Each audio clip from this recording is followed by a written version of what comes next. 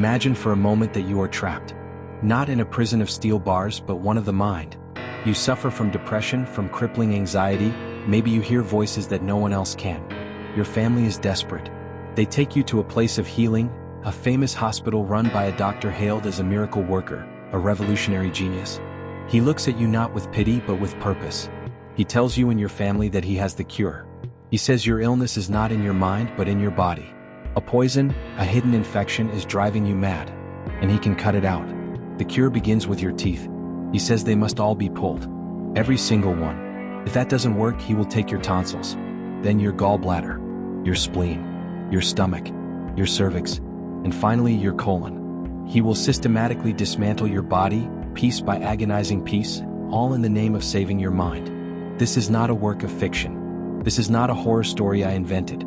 This was the terrifying reality for thousands of patients who entered the Trenton Psychiatric Hospital in the early 20th century.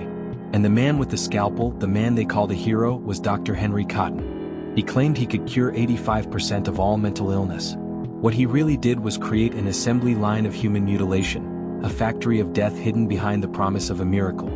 This is the story of the doctor who got famous by torturing his patients, and how the entire medical world stood by and applauded him for it.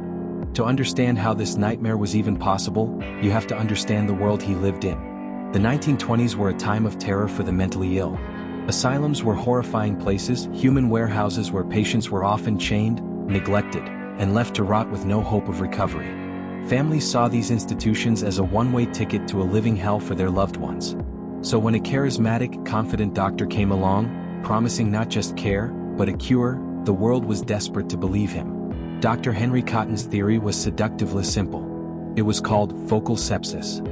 He believed with the fiery conviction of a zealot that all forms of mental illness, from mild depression to violent schizophrenia, were nothing more than the body's reaction to a hidden bacterial infection. A tiny abscess in a tooth root, a diseased tonsil, an inflamed organ, was, in his mind, leaking toxins directly into the brain. To cure the madness, you just had to find the source of the poison and cut it out. On paper, it sounded scientific. It sounded revolutionary. In practice, it was a license to perform butchery on an industrial scale. When a new patient was admitted to Trenton Psychiatric, their journey into Cotton's madness began immediately. The first order of business was always the teeth. He called them a breeding ground for insanity. Staff would forcibly hold patients down while their teeth were yanked out, one by one, often with crude tools, breaking jaws and causing massive infections. If a patient's mental state did not magically improve after this brutal ordeal, Cotton would declare that the infection must be deeper. So he would move on to the tonsils, removing them in a bloody, often careless procedure. When that failed, his search for the invisible poison became a gruesome tour of the human anatomy. He would order the removal of the gallbladder, the appendix, the stomach.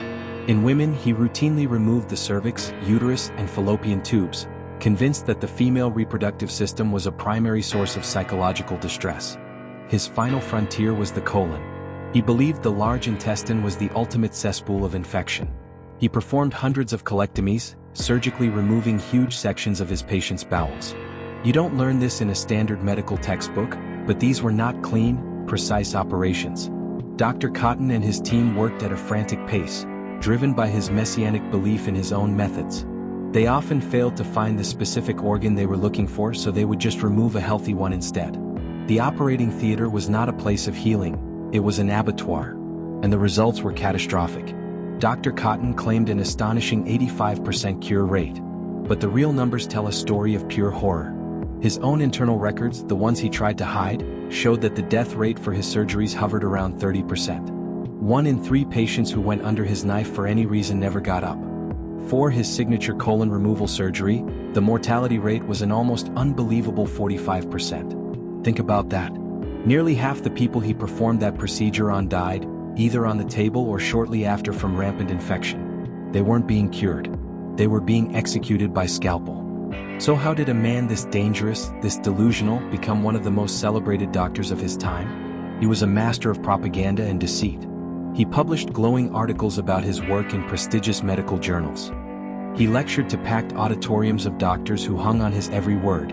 He was charming, he was brilliant, and he presented his theories with unshakable confidence.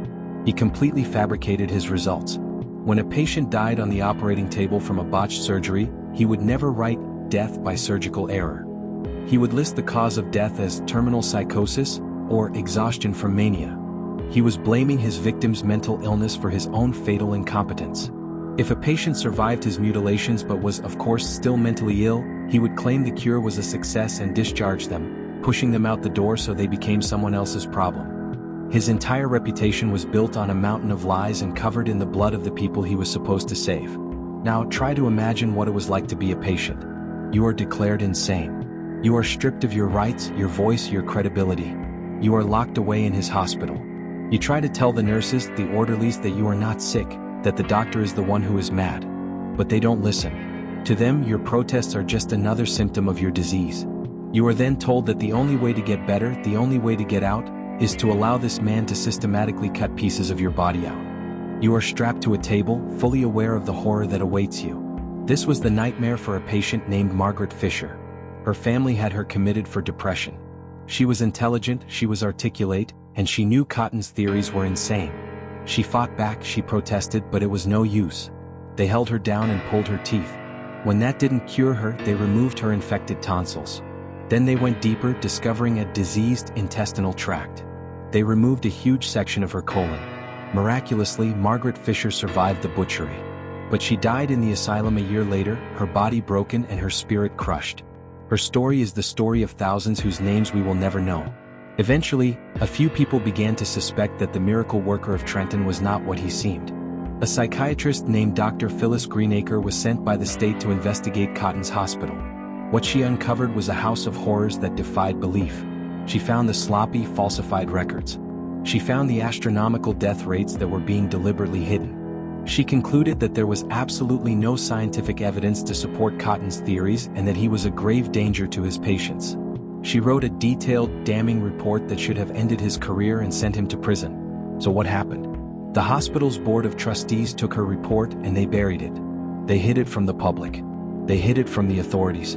Dr. Cotton's fame was too valuable, the hospital's reputation too important. They chose to protect the institution rather than the innocent human beings being mutilated within its walls. The system protected the monster. The warnings were ignored and the surgeries continued for years. Dr. Henry Cotton was never punished. He was never held accountable for the thousands of lives he destroyed. He was never stripped of his medical license.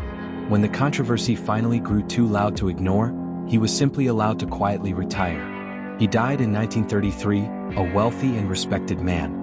The butcher of Trenton died a hero. The story of Dr. Henry Cotton is a chilling, terrifying reminder that the most dangerous monsters are often the ones who believe they are saviors. He wasn't a sadist who enjoyed causing pain. He was something far more frightening. He was a true believer. He was a fanatic so utterly convinced of his own righteousness that he was blind to the trail of corpses he left in his wake.